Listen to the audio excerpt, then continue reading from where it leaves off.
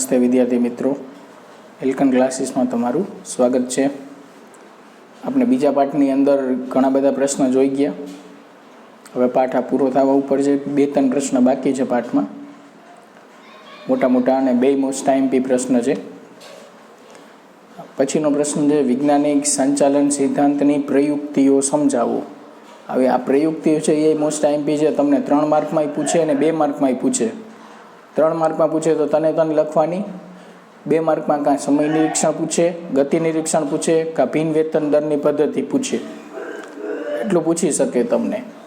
પેલું આપણે જોઈ લઈએ સમય નિરીક્ષણ કોને કહેવાય। કોઈ પણ કાર્યનો ભાગ પૂર્ણ કરવા માટે જેટલો સમય લાગે તે અંગે વૈજ્ઞાનિક રીતે કરવામાં આવતો અભ્યાસ એટલે સમય નિરીક્ષણ। હવે કોઈ પણ કામ હોય એ પૂર્ણ કરતાં અમુક નક્કી કરેલો સમય હોય કે ભાઈ આ કામ છે એ આટલા સમયની અંદર પૂરું થઈ જવું જોઈએ। જેમ કે તમારો કોર્સ છે તો તમારી પરીક્ષા માર્ચમાં આવતી હોય તો ડિસેમ્બર જાન્યુઆરી સુધીમાં તમારો કોર્સ પૂરો થઈ જાય એવી વ્યવસ્થા કરવી પડે। એટલે કોઈ પણ કામ પૂર્ણ કરવા માટે પહેલેથી જ એક સમય નિર્ધારિત કરેલો હોય કે આ કામ કરવા માટે આટલો જ સમય લાગે છે। કે માની લો કોઈ ઇન્ડસ્ટ્રીની અંદર કોઈ વસ્તુનું ઉત્પાદન થતું હોય તો ઉત્પાદનમાં 8 કલાકનો સમય કર્મચારી કામ કરે તો એ 8 કલાકના સમય દરમિયાન 10 વસ્તુનું ઉત્પાદન કરે છે। તો આ સમય નિરીક્ષણ છે કે ભાઈ 8 કલાક ગઈ એટલે 10 વસ્તુનું ઉત્પાદન થઈ જવું જોઈએ। જો આનાથી ઓછું થાય તો કર્મચારી ધીમો છે, આનાથી વધુ થાય તો કર્મચારી કાર્યક્ષમ છે એવું કહેવાય। એટલે સમય નિરીક્ષણ એટલે વૈજ્ઞાનિક રીતે કોઈ પણ કામ માટે અગાઉથી નક્કી કરેલો સમય। આ કાર્ય કરવા માટે સામાન્ય સંજોગોમાં જે સમય નક્કી કરવામાં આવે છે તેને પ્રમાણ સમય કહેવાય છે। એટલે કોઈ કામ કરવા માટે પહેલેથી જે નક્કી કરેલો સમય હોય કે ભાઈ આટલા સમયની અંદર આ કામ પૂરું થવું જોઈએ એને કહેવાય પ્રમાણ સમય। હવે ટેલરે શું કીધું છે? ટેલરના મત અનુસાર જે કાર્ય સમયમાં પૂર્ણ થવું જોઈએ તેનો કાળજીપૂર્વક અભ્યાસ એ સમય નિરીક્ષણ છે। હવે આપણે સમય પહેલેથી નક્કી કર્યું છે પણ એ સમય અનુસાર કામ પૂરું થાય કે નહીં એ જોવાનું આપણે અભ્યાસ કરવાનું છે કે ભાઈ આપણે નક્કી કરેલ કામ જે સમય છે એ મુજબ કામ થાય છે કે નહીં। અમુક સમયે ચેક કરતું રહેવું પડે કેમ કે અમુક યોજનાઓ એવી છે કે જે લાંબા ગાળાની યોજનાઓ હોય એકમની અંદર 2 વર્ષ ચાલતી હોય 5 વર્ષ સુધી ચાલતી હોય તો વર્ષે યોજનાનું મૂલ્યાંકન કરવું પડે કે ખરેખર કે 1 વર્ષ દરમિયાન જેટલું કામ થવું જોઈએ એટલું થયું છે કે નહીં। નકર શું થાય કે લાંબા પ્રોજેક્ટ હોય લાંબા ગાળાના 5 વર્ષે જે કામ પૂરું થવાનું હોય તો એ પૂરું થતાં 8 વર્ષ લાગી જાય। એટલે વર્ષે એનું મૂલ્યાંકન કરવું પડે કે 1 વર્ષ દરમિયાન કેટલું કામ થયું છે કે કામ એ સમય મુજબ એનો અભ્યાસ કરવાનો છે। તો એ સમય મુજબ કામ થાય છે કે નહીં એનો કાળજીપૂર્વકનો અભ્યાસ આપણે જે કરીએ એને કહેવાય સમય નિરીક્ષણ। ઉત્પાદનના સાધનોનો ઇષ્ટતમ ઉપયોગ કરવાની દિશામાં તથા સમયસર લક્ષ્યાંક સિદ્ધ કરવા માટે સમય નિરીક્ષણ ઉપયોગી છે। સમય નિરીક્ષણ ક્યાં ઉપયોગી છે કે તમારી પાસે જે કાંઈ સાધનો છે એનો શ્રેષ્ઠ ઉપયોગ કરી શકો અને બીજું કે તમારા લક્ષ્યાંકો જે કાંઈ છે એને સમય રહેતા તમે પૂરા કરી શકો, તમારા ધ્યેય ઝડપથી સિદ્ધ થાય સમય નિરીક્ષણના લીધે। બીજું છે ગતિ નિરીક્ષણ। ગતિ નિરીક્ષણ એટલે બિનજરૂરી દિશામાં થતા બિનકાર્યક્ષમ હલનચલનમાંથી ઉદ્ભવતા બગાડને દૂર કરવાની પદ્ધતિ। હવે ગતિ નિરીક્ષણમાં કેનો સમાવેશ થાય? બિનજરૂરી ખોટી દિશામાં થતા હલનચલન। બિનજરૂરી ને ખોટી દિશામાં થતા હલનચલન મતલબ કે એકમની અંદર કોઈ વસ્તુનું પ્રોડક્શન થતું હોય તો એ પ્રોડક્શન માટે ઘણી બધી પ્રક્રિયામાંથી પસાર થાય વસ્તુ પહેલાં કે માની લો કે એના ઉપર માની લો કાપડ જ બનાવે છે તો કાપડ બનાવવા માટે પહેલાં કપાસ લઈએ, એ કપાસમાંથી રૂ બનાવે, રૂમાંથી દોરા બનાવે, દોરામાંથી કાપડ બનાવે, પછી કાપડનો રંગકામ થાય। તો આટલી પ્રોસેસમાંથી પસાર થાય। હવે બિનજરૂરી ખોટી દિશામાં અને બિનકાર્યક્ષમ હલનચલનનો મતલબ શું છે કે એક વિભાગ આમ પ્રોસેસ તમે જ્યાં જતા હશો કોઈ પણ મોટી ફેક્ટરીમાં જતા હશો તો એક આમ ઓપરેશન પૂરું થાય એટલે તરત બીજું ચાલુ થાય, ત્રીજું ચાલુ થાય, છેલ્લે વસ્તુ આખી કમ્પ્લીટ પેક થઈને નીકળતી હોય। તમે ડેરી ઉદ્યોગમાં ત્યાં ચોકલેટની બનાવટોને જોઈ હશે તમે કે આમ લોટ બંધાતો જાય, આગળ જઈને ચોકલેટ પડતી જાય, બીબામાં ઢળાઈ જાય, ચોકલેટ નીકળતી જાય, પેકિંગ થઈ જાય, આગળ જઈને જથ્થાબંધ પેકિંગ થાય ને ખોખામાં ભરાઈને પેક થઈ જતી હોય આખી। તો એ આખી પ્રોસેસ છે એ ક્રમસર થતી હોય લાઈનમાં। હવે બિનજરૂરી ખોટી દિશામાં હલનચલન મતલબ કે એક પ્રક્રિયા અહીંયા થાય, બીજી પ્રક્રિયા થવા માટે વળી બધો માલ સામાન ભરી સાધનમાં બીજે લઈ જવો પડે, બીજો વિભાગ ક્યાંક બીજે હોય, વળી ત્રીજો વિભાગ ક્યાંક અલગ હોય. તો આવી રીતના ખોટી હલનચલન જે થાય છે એમાં સમય બગડે છે. કામદાર કાર્ય સમયે, બીજું શું છે, કામદાર કાર્ય સમયે હલનચલન કરે તેનો ધ્યાનપૂર્વક અભ્યાસ કરવાનો. એટલે ઘણીવાર કર્મચારી કામ કરતાં કરતાં એને હાથ પગનું હલનચલન, કામમાં હાથ ન હાલતા હોય, બીજે ધ્યાન હોય, હાથ પગનું હલનચલન ખોટી દિશામાં થતું હોય. તો આવા હલનચલનની ખોટી પ્રક્રિયા દૂર કરી કામદારોનો ઔદ્યોગિક થાક દૂર કરી શકાય છે. એટલે કે મશીનરીનો ખરેખર એને ઉપયોગ કરતા ન આવડતો હોય કેમ થાય એમ, કે જે મશીનરીથી કામગીરી એકદમ સહેલાઈથી થઈ જતી હોય તો હવે એને એ ચલાવતા ન આવડતું હોય તો એ ખોટી રીતે ચલાવતું હોય તો એને કામ કરવામાં મુશ્કેલી પડે. એ ખોટી દિશામાં હલનચલન કરે તો એને થાક લાગશે બિનજરૂરી. તો આ થાક દૂર કરી શકાય, તેમજ ઉત્પાદકમાં પણ વધારો કરી શકાય. ગતિ નિરીક્ષણનો મુખ્ય ઉપયોગ શ્રમના લઘુત્તમ બગાડની પદ્ધતિ માટે યોજના શોધવાનો અને તેનો અમલ કરવાનો છે. આ ગતિ નિરીક્ષણ છે. ગતિ નિરીક્ષણ એટલે શું, કે બિનજરૂરી હલનચલન અને ખોટી દિશામાંથી જે કામનો સમયનો બગાડ થાય છે એને અટકાવવો. હવે એનાથી શું થશે કે કર્મચારી જે ખોટી દિશામાં હલનચલન કરશે, માની લ્યો કે કોઈ કર્મચારીને આમ તેમ જોવાની ટેવ છે, તો ઓલું કામ ચાલુ હોય, મશીન ઓટોમેટિક મશીન તો ચાલુ જ હોય, તો આમ જોતો હોય એટલી વાર મશીન ઊભું રહી જાય, તો એ ખોટી દિશામાં હલનચલન જેટલી વાર કામનો સમય બગડે, બીજો બિનજરૂરી થાક લાગે. તો ગતિ નિરીક્ષણ ક્યાં કામ આવે, કે એક તો ઉત્પાદન વધારવા માટે ઉપયોગી છે, તમે શ્રમનો કાળજીપૂર્વક ઉપયોગ કરી શકો અને તમારા કર્મચારીને ઓછો થાક લાગશે. એ ગતિ નિરીક્ષણ. ભિન્ન વેતન દરની પદ્ધતિ અગાઉ આવી ગયું, એમ જ ત્રીજી પ્રયુક્તિઓ છે ભિન્ન વેતન દરની.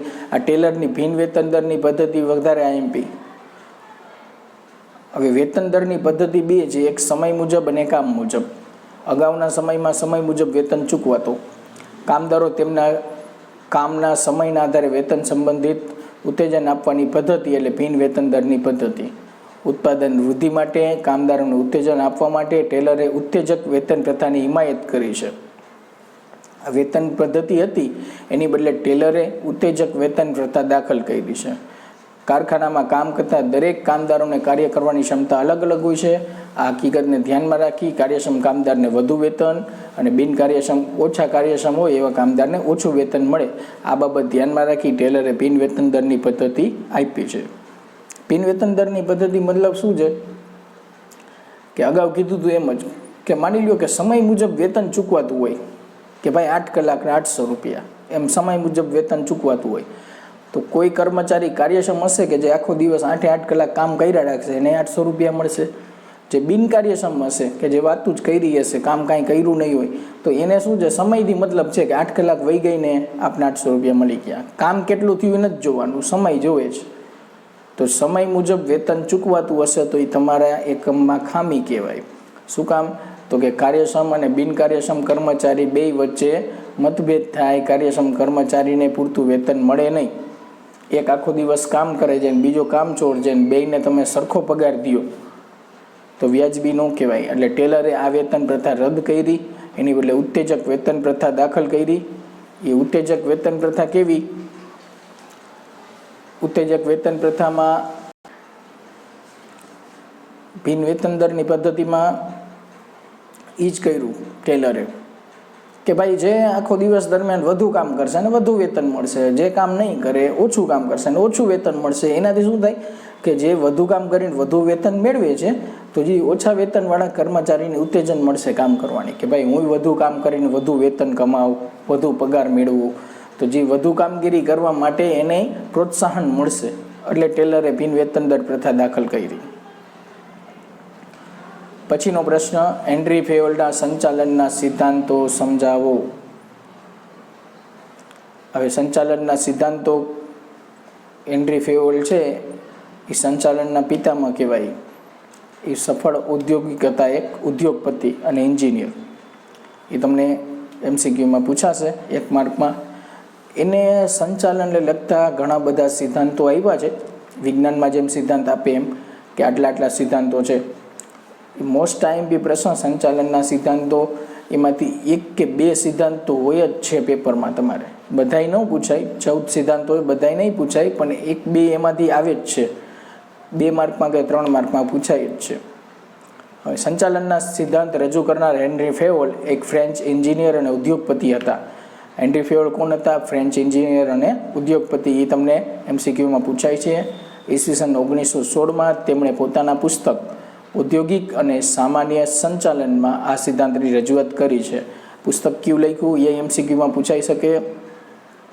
એ હેનરી ફેવોલે ઔદ્યોગિક સાહસની વહીવટી પ્રવૃત્તિઓને સિદ્ધાંતોને સરળતા અને સ્પષ્ટતા માટે 6 વિભાગમાં વહેંચ્યા છે. જે કાંઈ પ્રવૃત્તિઓ થાય છે ઔદ્યોગિક એકમને, એ બધી પ્રવૃત્તિઓ જુદી જુદી, એના સિદ્ધાંતો એને 6 વિભાગમાં વહેંચી નાખ્યા છે.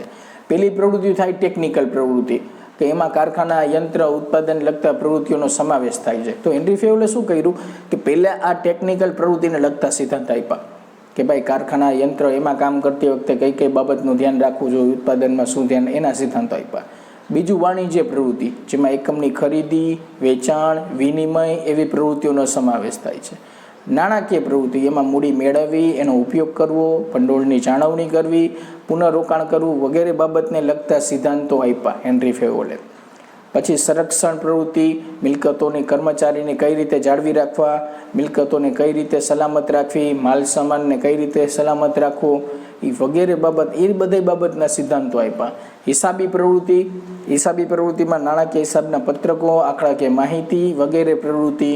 સંચાલન પ્રવૃત્તિ, આયોજન, પ્રબંધ, દોરવણી, સંકલન, અંકુશ, એ તમારે ભણવાનું છે. એ સંચાલનની પ્રવૃત્તિ. આ બધાને લગતા એને સિદ્ધાંતો રજૂ કર્યા.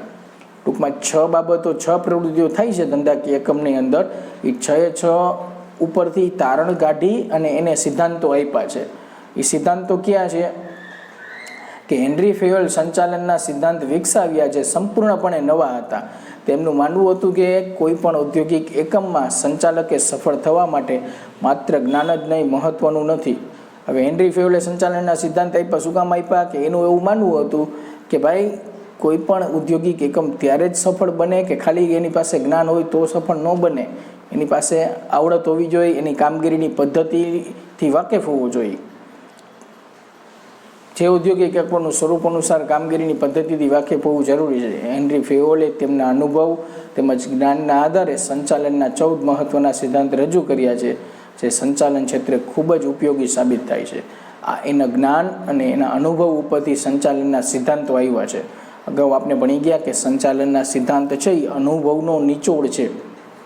એટલે કે હેનરી ફેવોલમાં જે કાંઈ જ્ઞાન છે, એને જે કાંઈ અનુભવ્યું, એને જાતે અનુભવ કરેલો છે ને એના ઉપરથી એને સિદ્ધાંતો તારવ્યા છે.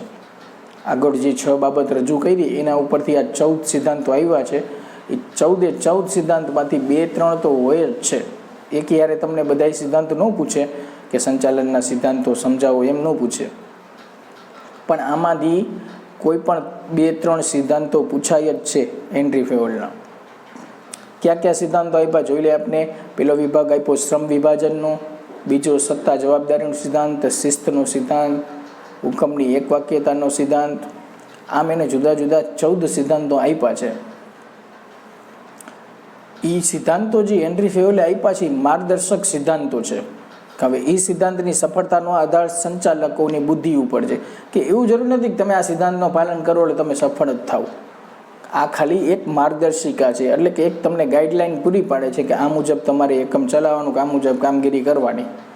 હવે બાકી તમારા ધંધાની સફળતાનો આધાર તમારી બુદ્ધિ ઉપર છે, તમારા શાણપણ ઉપર છે કે ભાઈ ધંધો કેટલો સફળ થશે. પહેલો સિદ્ધાંત આપણે જોઈ લઈએ ડિટેલમાં. પહેલો સિદ્ધાંત છે શ્રમ વિભાજનનો સિદ્ધાંત. નામ ઉપરથી જ ખબર પડી જાય. શ્રમ વિભાજન એનો મતલબ એવો છે કે આપણે શ્રમ કાર્ય છે એનું વિભાજન કરવાનું છે. કે જે કાંઈ કામગીરી છે ધંધાકીય એકમની અંદર, એ કામગીરી એક કર્મચારી ઉપર નથી થોપી દેવાની કે આ બધું કામ તારે જ કરવાનું છે, કે કોઈ એક ઉપર બધું આમ વજન મૂકી દો તમે તો એ કામગીરી સારી રીતે ન કરી શકે. ટૂંકમાં એ કામનું આપણે વિભાજન કરવાનું છે, અલગ અલગ કર્મચારી વચ્ચે વેચવાનું છે. સંચાલનમાં કર્મચારી તથા સંચાલકોની કાર્યક્ષમતા વધારવા પર ભાર મૂકવામાં આવે છે. સંચાલનનું એક જ કામ છે. આ સંચાલન વિશે તમે ભણો છો. એનું કામ એક જ છે કે કર્મચારીઓની કાર્યક્ષમતા વધે અને એ વધુને વધુ કામ કરીને દે. ઉત્પાદનના સાધનોનો ઇષ્ટતમ ઉપયોગ કરી ઉત્પાદકતા વધારવી. આ ઉપરાંત કર્મચારી તથા સંચાલકોની કાર્યક્ષમતા વધારવા માટે શ્રમ વિભાજન જરૂરી છે. હવે જરૂરી શું કામ છે શ્રમ વિભાજન? તો કે કર્મચારી અને સંચાલકોની કાર્યક્ષમતા વધારવા માટે. કાર્યક્ષમતા વધારવી એટલે કામ કરવાની શક્તિમાં વધારો કરવો. એકમની અંદર ઢગલોબંધ કાર્ય થતા હોય તો શ્રમ વિભાજનનું કામ શું છે કે આ વિશિષ્ટ કાર્યને વિશિષ્ટ વ્યક્તિઓ વચ્ચે વેચી દેવાનું છે. ઉત્પાદનનું કામ થતું હોય, પેકિંગનું કામ થતું હોય, માલ સામાનની હેરફેરનું, કાચા માલની ખરીદીનું, તો આ બધાય કાર્યની જવાબદારી સંચાલક એકલો લેશે કે ભાઈ હું બધું હું જ કરીશ, ઉત્પાદન હું કરીશ, વેચાણ હું, કાચા માલ, તો એ બધે કામમાં એ વ્યવસ્થિત રીતે એ પહોંચી જ ન શકે. એક વ્યક્તિ દ્વારા કાર્ય શક્ય જ નથી. એટલે શું કરવાનું છે કે અગત્યના કામ અગત્યની વ્યક્તિને સોંપવાના, જે સામાન્ય કામ છે એ સામાન્ય વ્યક્તિને સોંપવાના. ટૂંકમાં શ્રમનું વિભાજન કરવાનું છે. વિશિષ્ટ કાર્ય માટે વિશિષ્ટ વ્યક્તિની નિમણૂક કરવાની છે. સાદા કાર્ય છે એ કર્મચારીઓને સોંપવાના છે. અગત્યના નિર્ણયો લેવાના કામ સંચાલક કરશે. આમ કારખાના કક્ષાએ બંને કક્ષાએ વિશિષ્ટીકરણનો સિદ્ધાંતથી લાભ જોવા મળે છે. બસ આજ આટલું જ. વધુ પછીના વિડીયોમાં જોશી. આભાર.